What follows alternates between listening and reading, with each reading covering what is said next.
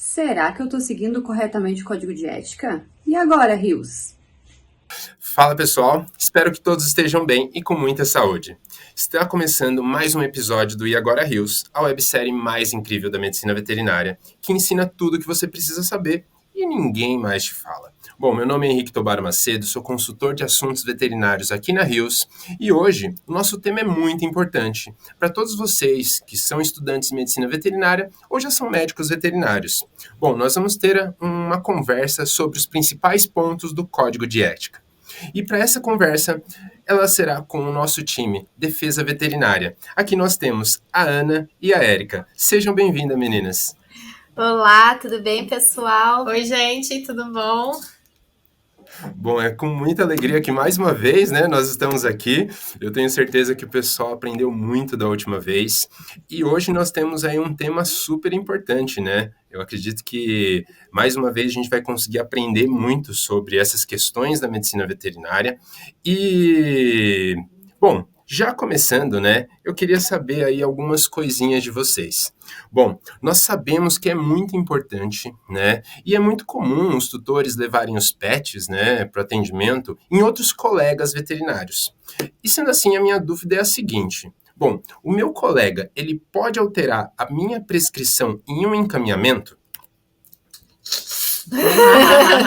Já começa tenso, né? Já começa tenso. A gente sabe que muitos pensam que pela autonomia, né? Eu tenho autonomia no meu atendimento, então eu sigo um protocolo diferente, ou eu não uso mais esse medicamento e veio assim, eu posso mudar, porque aqui dentro do meu consultório, por exemplo, né, nas 4 paredes, ninguém tem nada a ver com isso.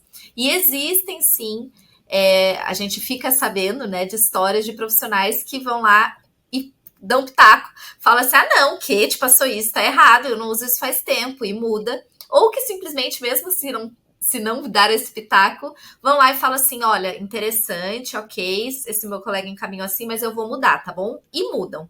A gente veio para falar que isso não é possível que seja feito, tá, gente? Essa alteração de prescrição em encaminhamentos de colegas de vocês só pode ser feita quando é exceção da exceção da exceção, né? Exatamente. O Código de Ética, inclusive, ele dedicou uma passagem inteirinha sobre isso. Ele deixa bem claro que você só pode alterar a prescrição feita para um paciente encaminhado se for por conveniência daquele paciente, tá? Então, assim, precisa ser conveniente a aquele paciente essa alteração na prescrição. Por exemplo, se você simplesmente recebe um paciente em que você fala, pediu para aplicar esse medicamento aqui em internação, nem uso mais esse medicamento porque saiu um artigo novo que tem um que é um pouquinho melhor e eu prefiro esse outro, então vou passar esse outro. Não é assim que funciona. O fato de você estar fazendo diferente, quando a conduta do médico veterinário originário, né, ainda está dentro do que é aceito pela boa prática, né, veterinária, o fato de você ter alterado a forma que você trabalha não te dá o direito de alterar a prescrição daquele colega. Então, por exemplo, se a gente tem várias formas de abordagem de uma doença, no tratamento de uma doença, por exemplo, seu colega prescreveu de uma forma, mas, eu prefiro a outra. Acho que eu vou fazer a outra. Isso não é conveniência do paciente, isso é sua conveniência, Exato. Né? Então tem que ser por conveniência do paciente, ou seja, tem que ser algo que, se você fizer daquela forma que foi prescrito, você vai estar causando um dano ao paciente. Então, só nessa exceção é possível que você faça a alteração dessa prescrição do seu colega, mas entrando em contato imediatamente com o seu colega que tinha feito essa prescrição. Essa passagem está bem clara no Código de Ética. Muitos ignoram, né? Muitos ignoram, mas ela é extremamente clara. Você não pode alterar a prescrição, salvo conveniência do paciente. Salvo indispensável conveniência do paciente, ou seja, não é uma conveniênciazinha, né? É algo indispensável para a manutenção do bem-estar daquele paciente. E aí você tem que entrar em contato imediatamente com o seu colega para conversar com ele sobre a sua decisão, explicar o porquê que você está fazendo isso, quais são as questões técnicas, científicas, enfim, que você está definindo por fazer a alteração dessa prescrição. Então, não é algo solto. Entrou na minha clínica, a partir daqui eu que mando. Não é assim que funciona. Isso para encaminhamentos, tá? Sempre lembrando que para encaminhamento tem uma parte que muitos ignoram também, que vocês precisam encaminhar de volta. Né? Se você mandou para o especialista terminou o trabalho dele ali, ele tem que encaminhar de volta, digamos, para o clínico geral, que fez o encaminhamento, e entrar em contato com esse clínico geral, dando as informações do que aconteceu. Então, é uma relação de coleguismo, em primeiro lugar, que o Código de Ética preza, acima da questão da concorrência. Por mais que, eu tenho clínicos gerais, a clínica é minha, eu sou especialista e veio um paciente para mim, eu vou aproveitar e tentar pegar para mim esse paciente, mostrando que eu também... Isso não pode ser feito. O Código de Ética, ele veda esse tipo de atitude. Então, para pacientes encaminhados, existe essa conduta. Óbvio que para a segunda opinião, quando a pessoa vai o cliente pedir uma segunda opinião, é diferente de um encaminhado, né? Então, eu vou lá, eu fui, ninguém me encaminhou, e eu quero saber uma segunda opinião sobre esse caso. É possível, aí o cliente está literalmente pagando por essa segunda opinião. É possível que o médico veterinário, sem ofender o outro colega, sem apontar dedo, sem criticar, fale, olha, eu trato esse tema assim, assim, assim, assim, mas eu acho que esse diagnóstico de fato condiz, acho que talvez seja interessante rever alguns exames, refazer isso daqui, e não necessariamente esse colega tem que entrar em contato com o outro colega que esse cliente já tinha ido, porque não é um encaminhamento, isso está indo para uma segunda opinião. Tá? E quando a gente fala de segunda opinião, a gente está falando do direito do consumidor. Às vezes ele não pegou confiança, não sei, foi atendido pelo Dr. Henrique, não fui na cara dele, ele é flamenguista, eu sou vascaíno, não quero fazer com ele, entendeu? Então ele tem esse direito de buscar uma segunda opinião, e a partir do momento que ele entra no consultório de outro médico veterinário, aquele paciente tem direito ao sigilo, né? Então... Não dá para o médico veterinário falar, doutor Henrique veio aqui, falou falou aquilo. Porque às vezes até um diagnóstico sério, né, Érica, que você quer ter certeza, que é em 3, 4 profissionais que falem que é aquilo mesmo. Que é o que a gente costuma fazer na saúde humana, né? A gente costuma, vou pegar uma segunda opinião ali, às vezes é uma cirurgia séria, algum procedimento mais difícil, né? Não é um problema. O que vocês precisam ter em mente sempre é conseguir enxergar onde que ele foi encaminhado e onde que ele, na verdade, está buscando uma segunda opinião. E, claro, sempre que você for tratar sobre o trabalho do seu colega, tratar com sobriedade, com responsabilidade, tá? Todo tipo de... Érica, mas, nossa, peguei um colega aqui que escreveu uns absurdos, eu acho que ele é um carniceiro. Não é com o tutor que você vai falar. Você tem que entrar em contato com o CRMV, tá? Até porque entra naquela parte que a gente fala que a gente precisa valorizar a profissão, né? Você entrando em contato com o CRMV, você valoriza muito mais a profissão do que você expondo para o tutor que vai nas redes sociais, vai falar mal daquele médico veterinário, e você e aquele médico veterinário vão ficar um brigado com o outro e vai ser uma guerra dentro da profissão. Então, não, Érica, mas eu vi, estava errado aquele tipo de prescrição ou diagnóstico, enfim, uma coisa grosseira. Aí, como é que eu não vou falar mal do meu colega? Não, você não vai falar mal do seu colega. Você vai reforçar o seu posicionamento, os seus estudos, os últimos achados, como que está aquela questão clínica atualizada, e ser bem firme com o seu cliente de que, não, a melhor abordagem é essa que eu estou te passando. E depois você, né, dentro da sua categoria profissional, você vai entrar em contato com um órgão de classe que está ali para isso, né? Para regulamentar, para fiscalizar, para orientar. E para verificar se a conduta de fato estava errada, escutando os dois lados e tudo mais, né? Até porque ninguém é juiz, né? Exato. Então tem que segurar um pouco as rédeas. Não, assim, na verdade, eu acho que ficou bem claro, porque essa questão, né, de encaminhamento e segunda opinião acaba que muitas vezes até na cabeça do tutor, né, fica difícil de compreender ou chegar claro para o médico veterinário, né, eu estou vindo aqui por um encaminhamento ou estou vindo aqui, né, por uma segunda opinião.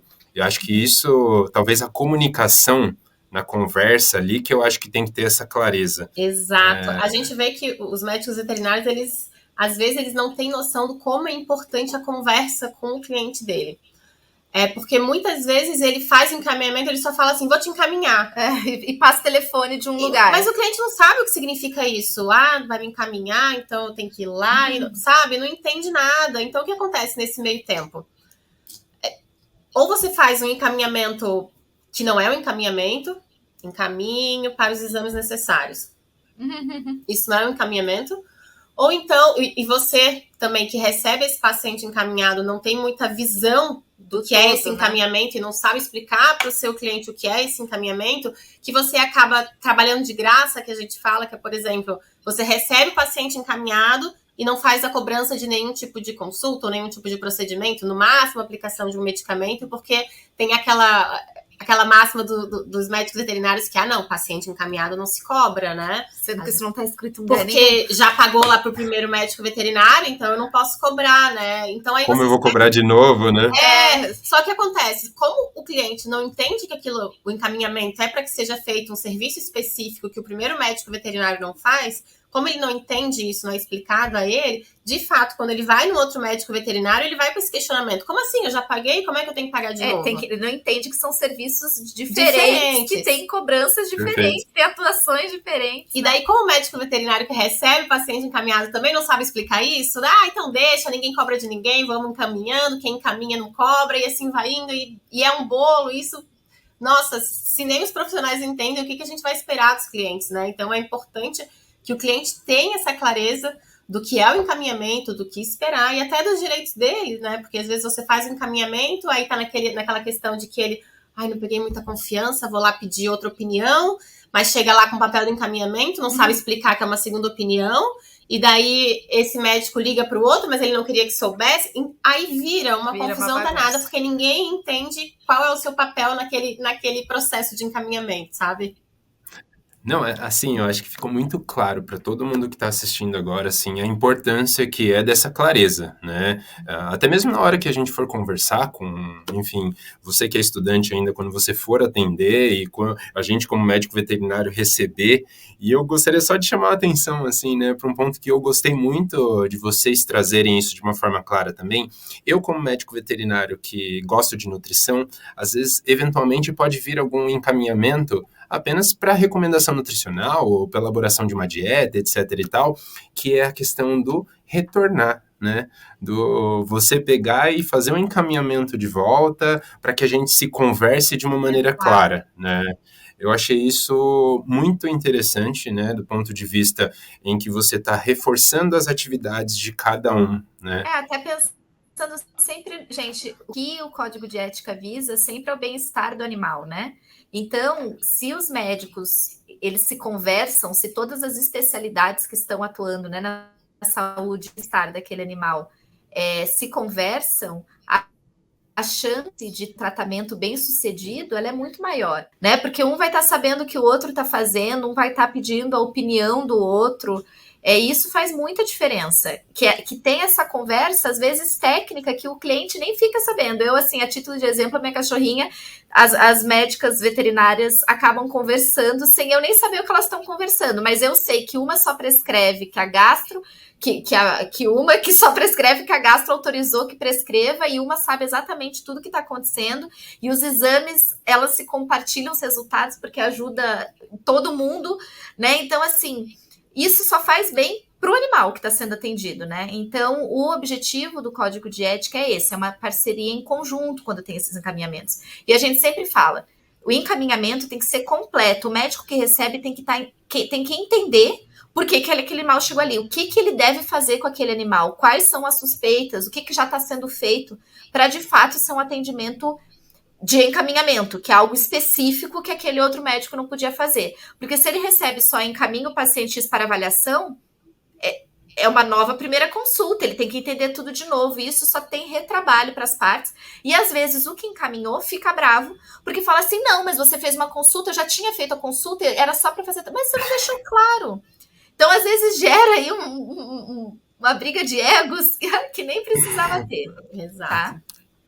Eu imagino, realmente, né, a clareza, eu acho que nessa conversa acaba sendo um ponto, né, essencial aí, mas desse cenário todo, né, eu acho que um ponto que a gente acabou passando aí foi que os clientes estão ali no meio nessa conversa toda, né, a questão da comunicação é importante, porque a gente sabe, né, que eles estão passando por momentos difíceis ali, mas me fala uma coisa, e se o cliente ele é um cliente difícil, né? A gente pode se recusar a atender um cliente difícil? Então. Olha, se o cliente vocês entregam um trabalho sério, vocês fazem a parte de vocês e o cliente não faz a parte dele, é um cliente que ou não segue o que foi prescrito, ou fica batendo boca, ou não paga pelo serviço que foi prestado, ou não respeita ou a não equipe. respeita. A gente tem muitos casos em que o cliente trata o médico veterinário como Deus na Terra, mas quando sai ou quando tá na espera, trata o auxiliar mal, xinga a secretária, né? Tem discriminação. Então, às vezes, não é nem diretamente com o médico veterinário, mas falta aquele respeito. Ele é aquele cliente que chega e a equipe já murcha, sabe? Tipo, ai, não, olha quem tá aí, não sei o quê. Então, assim, a gente pode botar uma gama de tipos de clientes difíceis, né? Mas, em geral, a gente trata esses que não valorizam o seu serviço. Que não correspondem, né? Então, quando a gente coloca essa correspondência, é nesse quesito de ser cortês, de valorizar o seu serviço no sentido dele. Eu tô prescrevendo. Você não tá cumprindo? Já é terceira vez, o que a gente está fazendo aqui? Sabe? Porque se você não leva a sério a minha palavra, eu acho que você não confia em mim. Então, assim, vamos dar uma chance para esse paciente dele ser atendido por uma pessoa que você confie, porque no fim a gente está prejudicando o animal, né? Então, tem vários tipos de clientes difíceis que a gente pode falar, mas esses são os principais. O que não dá é generalizar.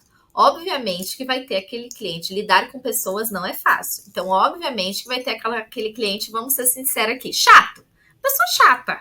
Só que a pessoa chata, ela existe em qualquer profissão, vai ter o cliente chato, só que ao mesmo tempo não chega a ser um cliente que te desrespeita, não é um cliente, ele te paga em dia, ele valoriza, ele segue o tratamento, só que é chato.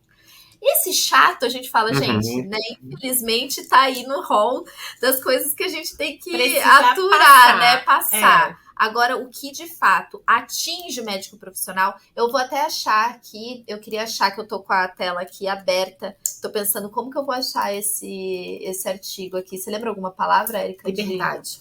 Liberdade. Por quê? Por que fala o código de ética? Então, até respondendo diretamente a pergunta. Eu posso abrir mão do atendimento desse cliente difícil? Em regra, pode, porque você tem essa liberdade de escolha. Isso. O Código de Ética deixa claro. O Código de Ética deixa claro que você tem liberdade para escolher os seus clientes ou os seus pacientes, né? Mas temos 3 exceções. E essas exceções, elas sempre vão visar o bem-estar animal, tá? Então, em regra, a resposta é sim. Você tem liberdade para escolher os seus clientes ou pacientes. Ó, como que tá escrito, tá? Só para vocês entenderem bem como que tá escrito, que eu acho interessante. No caso de haver cumprido fielmente suas obrigações com pontualidade e dedicação, o médico veterinário, e não haver recebido do cliente um tratamento correspondente ao seu desempenho, o médico veterinário poderá retirar sua assistência voluntariamente ou negar o atendimento, desde que sejam observadas essas exceções aí que a Érica falou, que são 3, tá? A primeira, quando não houver outro médico veterinário na localidade onde exerça sua atividade. Isso é muito comum quando, por exemplo... Entendi. Sei lá, eu atendo animais silvestres. Aí eu tô numa cidade do interior. Só eu atendo silvestres aqui. O próximo médico veterinário que atende tá a uma distância de 3 horas de viagem, 5 horas de viagem. Claro que o código de ética, ele não fala qual é o tamanho da localidade. O que seria localidade? Seria localidade, né? Mas, assim, nesses casos é importante, quando você atende uma especialidade ou uma área muito específica, numa região mais remota, é importante você ter em mente que muitas vezes você vai ter que prestar esse atendimento visando o bem-estar do animal. Putz, o cliente é um mala, mas aí eu vou negar atendimento àquele animal que eu posso auxiliar porque o cliente é um mala? Então, essa é a intenção do Código de Ética, essa é a proteção que o Código de Ética prevê ao animal quando fala que, se não houver outro médico veterinário na localidade em que você exerça os seus serviços, você precisa prestar atendimento, tá? Essa é a primeira exceção. A segunda, quando outro colega requisitar espontaneamente sua colaboração. Esse ponto as pessoas confundem um pouco. Nossa, quer dizer que se o colega pedir para ajudar, eu não posso dizer que não. Esse tópico, na verdade, ele quis Que é se remeter diferente do encaminhamento que a gente citou anteriormente, certo? Isso, exato. Como se fosse obrigatório aquele atendimento. Ah, não, você vai ter que atender aí porque eu encaminhei. O problema é seu, atende aí. Não é isso que esse tópico quer dizer. Ele quer falar no sentido de rixa profissional, tá? Por exemplo, eu tenho uma rixa profissional com o Henrique, né? Daí eu falo, esse caso aqui é complicadíssimo, vou passar lá para ele. Ele vai se bater todo para atender, mas não vai poder negar, porque eu passei para ele. Então, é para evitar essa rixa profissional. Então, por isso que fala, quando o outro colega requisitar espontaneamente a sua colaboração, sabe? Eu espontaneamente, sem nenhum tipo de intenção por trás, falei, doutor Henrique, vou precisar da sua ajuda aqui. Quando é um caso específico, quando a gente não consegue um outro colega que possa dar esse suporte, tá? Então, tem mais a ver com rixa profissional, não uma obrigação de, eu sou Deus, encaminhei para você, você não pode mais negar. Não é isso que esse inciso quer dizer, tá bom? E o terceiro caso é nos casos de emergência ou de perigo imediato para a vida do animal ou do homem. Então, essa é famosa, né? Caso de urgência e emergência. Não dá para negar. Falar, então, mas é caloteiro, então não vou fazer nada. Procure outra clínica. O animal morrendo ali ou tendo perigo de acontecer alguma coisa grave para ele ou até mesmo para o tutor, para a sociedade, enfim, com alguma doença grave exato, e tudo mais, contagiosa. Tá? Então, essa é a terceira exceção. Então, vamos lá, são as três. Quando não houver um médico veterinário naquela localidade que você exerce trabalho, tá? Que possa assumir esse caso, seja em relação à espécie que atende ou à especialidade que atende. O segundo caso é quando houver um pedido espontâneo, sincero, de preciso que você me auxilie aqui nesse caso.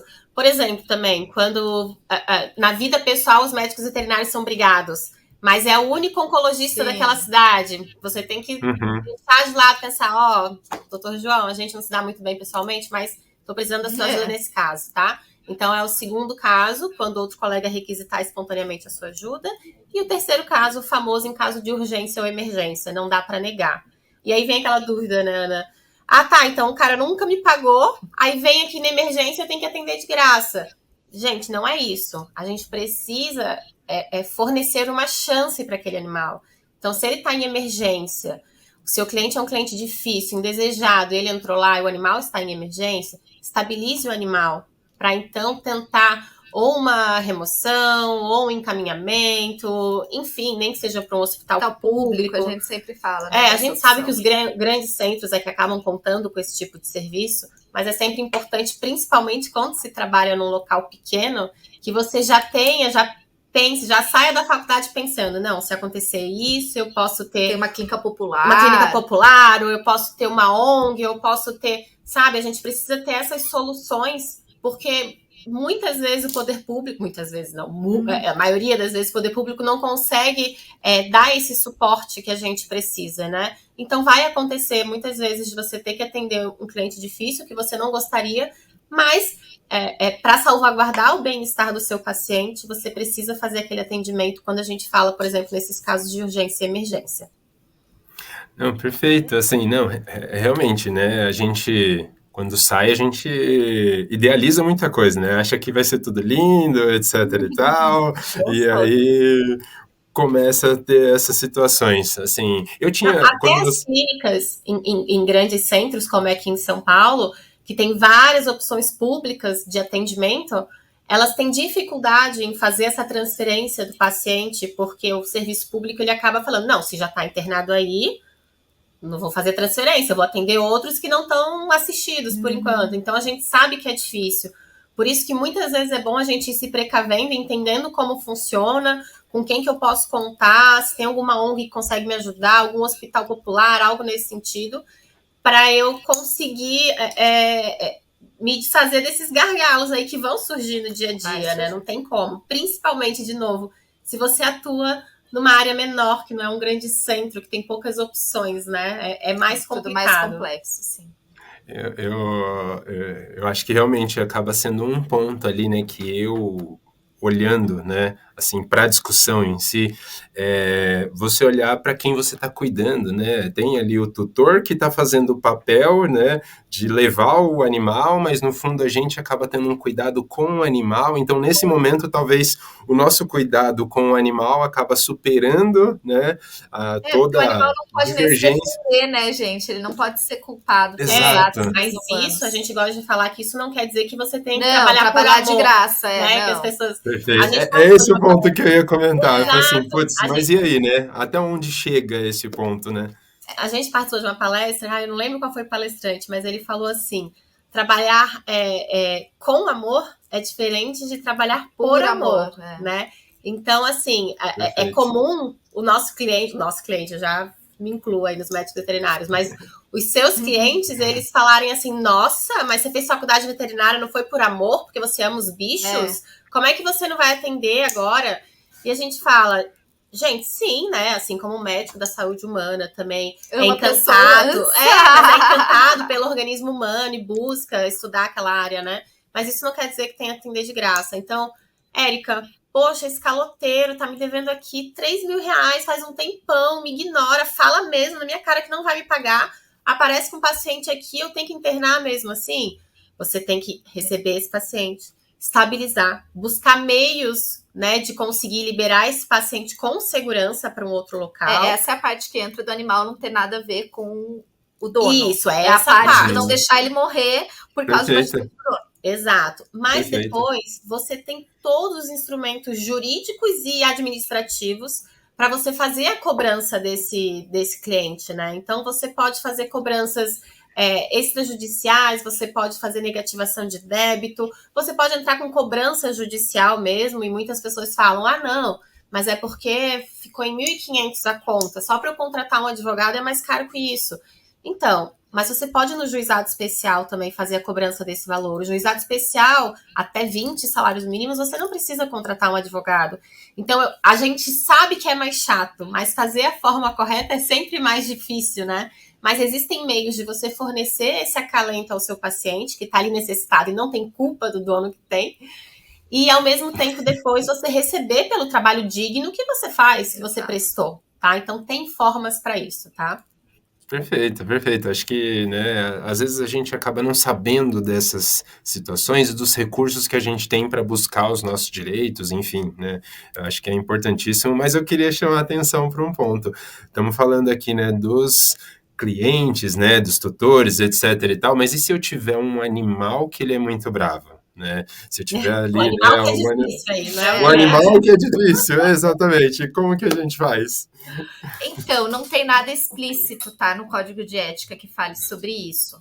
Então, isso é uma tese mais jurídica nossa do escritório, no sentido de que há uma proteção, óbvio, do animal, só que há uma proteção também da integridade física do médico veterinário e de toda a equipe que estão atendendo aquele animal. Isso não pode ser ignorado, isso está na Constituição. Isso não é uma proteçãozinha, não. É que a nossa integridade física, ela faz parte da dignidade da pessoa humana. Vocês já devem ter ouvido em algum momento a gente falar assim, dignidade da pessoa humana, ela é protegida pela Constituição, que é a nossa lei máxima, né? Então, eu não posso ser obrigada a abrir mão da minha integridade física porque o seu animal está necessitado, tá bom?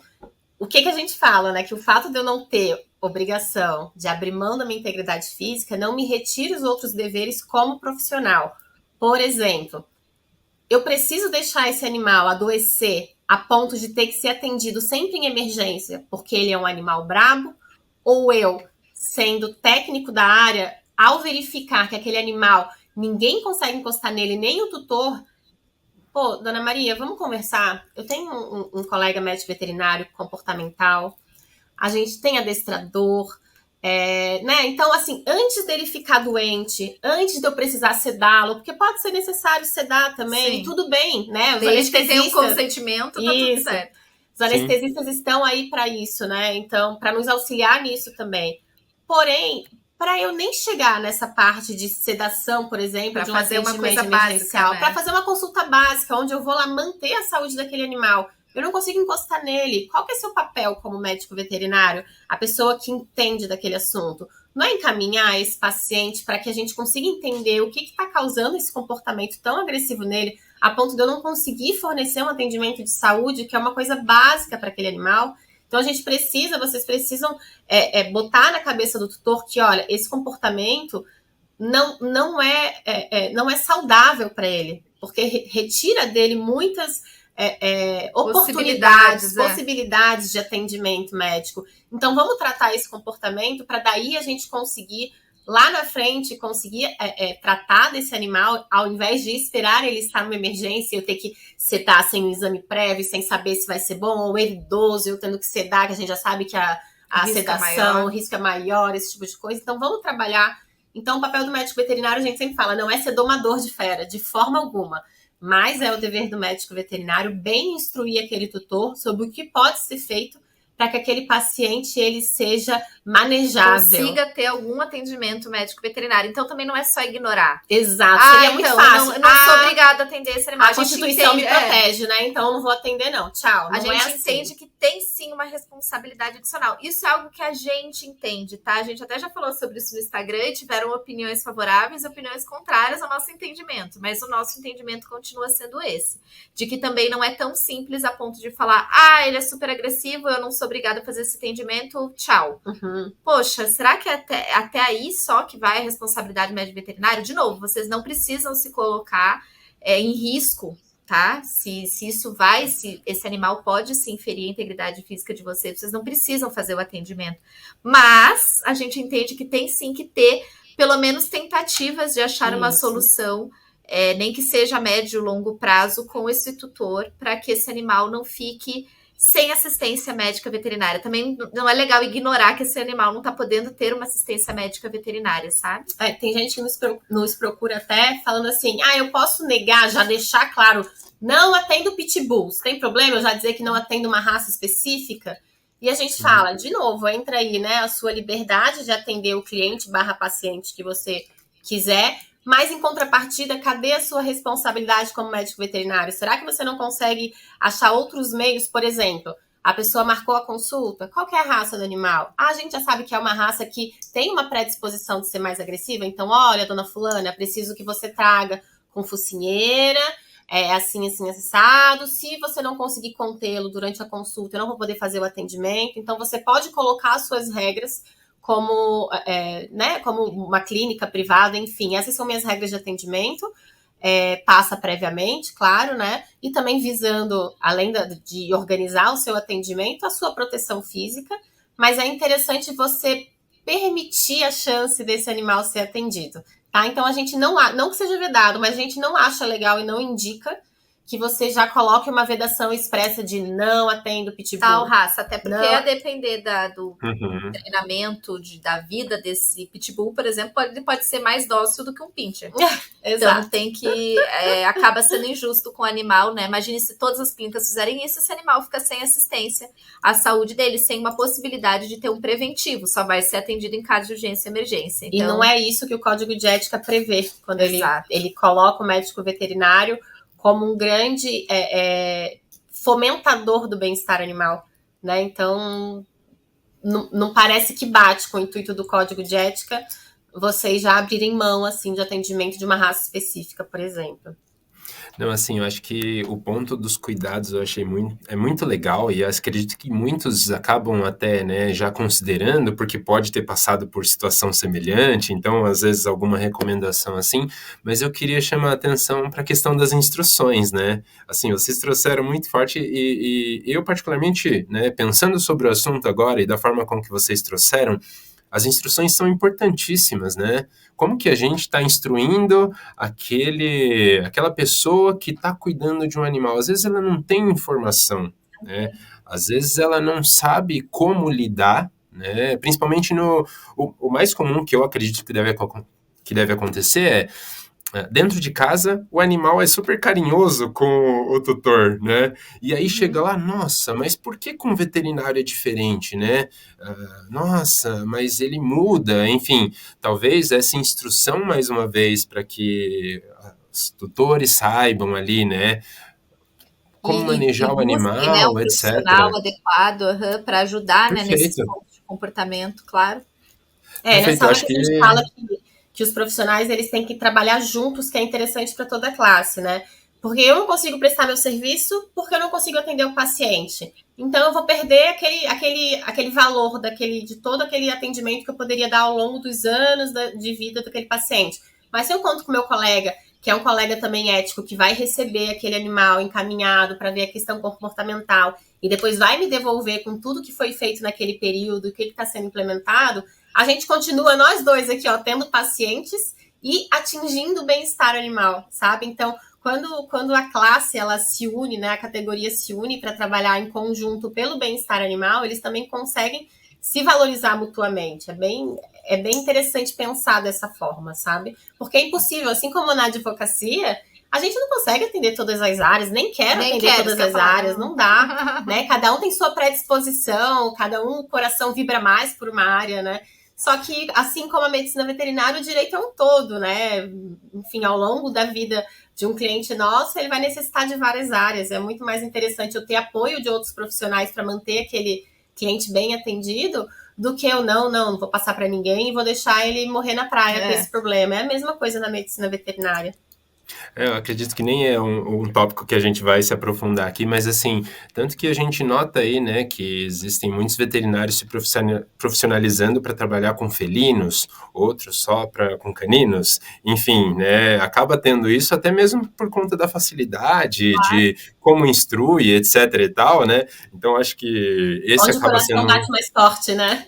Exatamente. Mas eu acho que eu queria trazer um ponto aqui, até para a gente já ir fechando aí para os finalmente, que vocês citaram aí, né? Nossa, o animal é bravo, será que existe ou não a necessidade de sedar, etc e tal, para que possa fazer, né, o procedimento? E aí eu queria trazer uma discussão que eventualmente pode surgir, né? Considerando, por exemplo, um paciente internado, vamos pensar assim numa situação, é ético ou legal sedar esse animal para realizar o procedimento sem o consentimento do proprietário? O que vocês trariam sobre esse ponto, assim?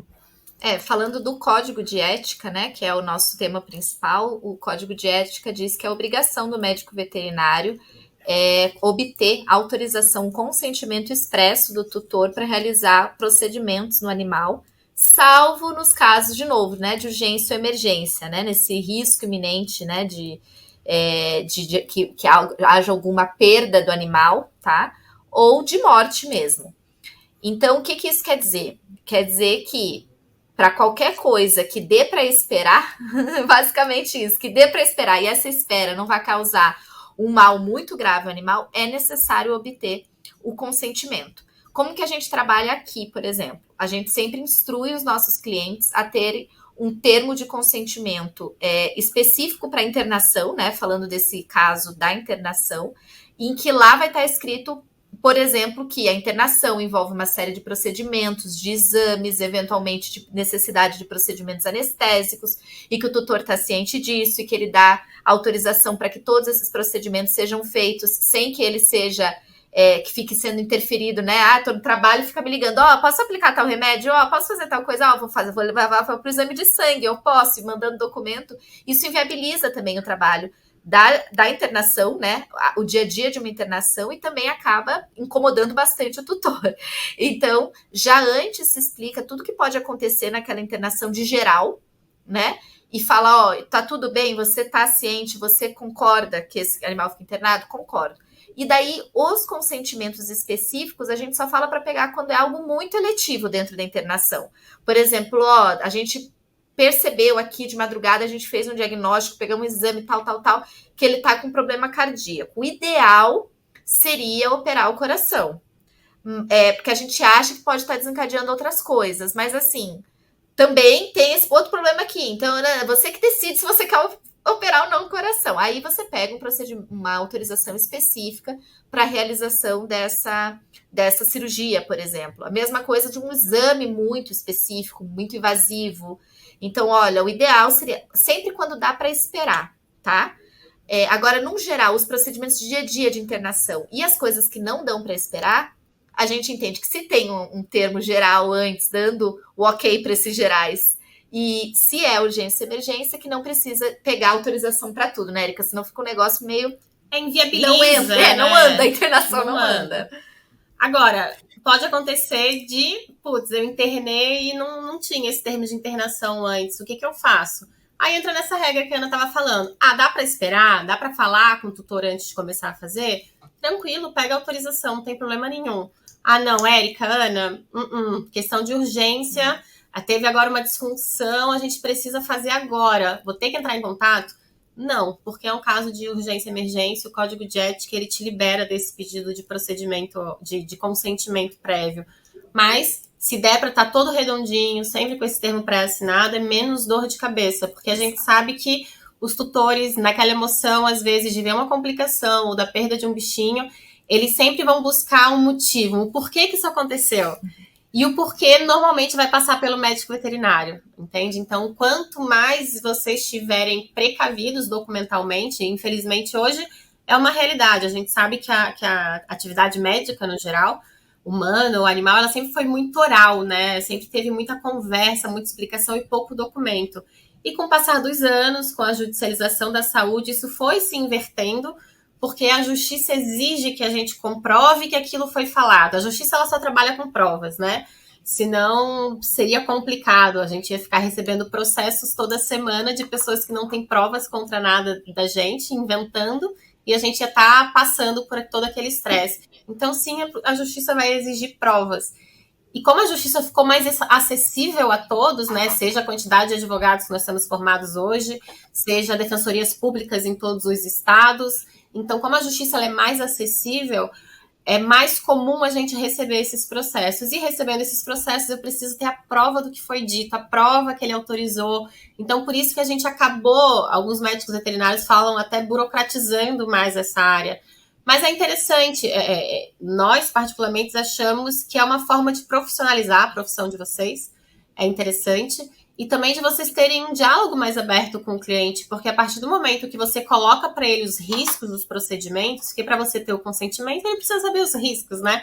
Então, quando você coloca, você consegue trazer ele também para, olha, vamos pensar aqui junto, o que vai ser melhor aqui para o Bob? Vamos pensar aqui no histórico dele, vamos pensar nos prós, mas quais são os contras? Eu, tecnicamente, indico, mas tem esse risco. Tudo bem, é importante mostrar também que o médico veterinário, ele não é infalível, né? Pelo contrário, ele é humano, ele é falível, né? Então, assim, essa abertura, essa transparência, tem vários casos que acontecem do, não, o paciente morreu, mas, o Dr. João fez tudo por ele, eu confio muito nele, vou continuar levando meus bichinhos. Porque sempre teve uma troca transparente, sabe? Sempre foi, não, imagina se vai acontecer alguma coisa.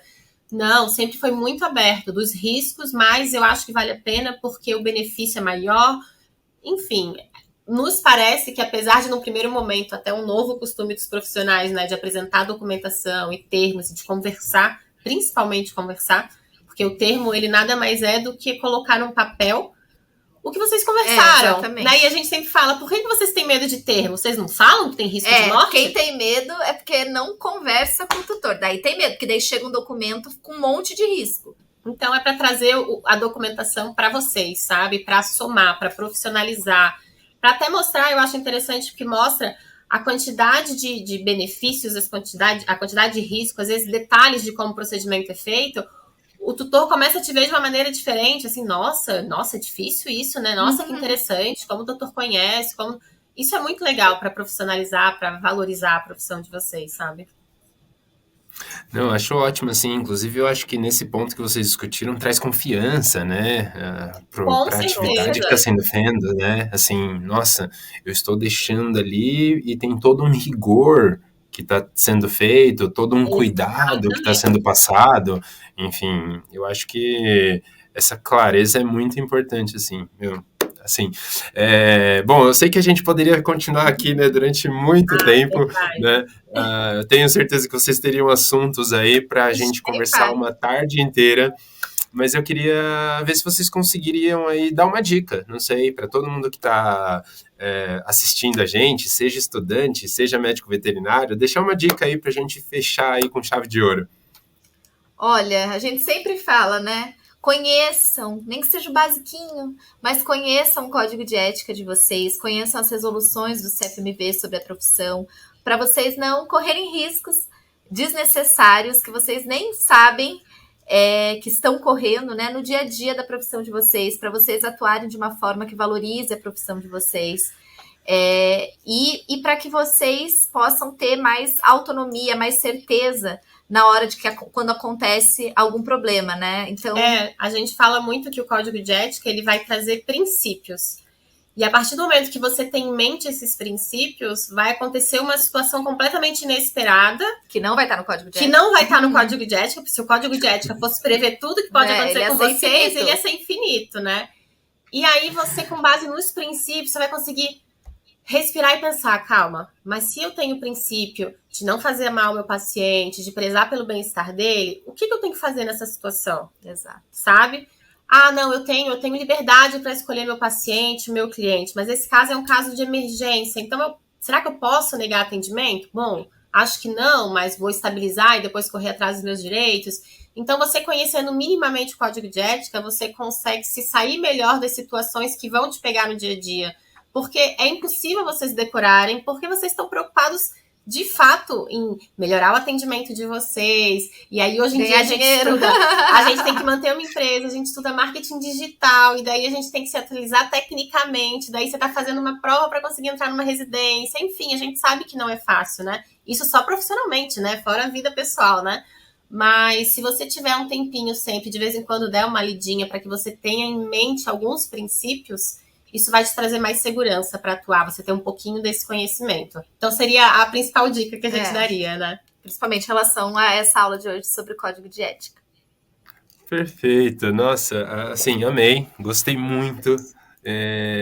Gostaria, então, né, de agradecer muito você, Ana, agradecer muito você, Érica, de mais uma vez, né, tá aceitando aqui ter essa conversa com a gente. Eu tenho certeza que todo mundo aprendeu muito, inclusive eu aprendi muito, me fez refletir sobre muita coisa. Então, meu muito obrigado e deixa aí esse espaço final para agradecimento.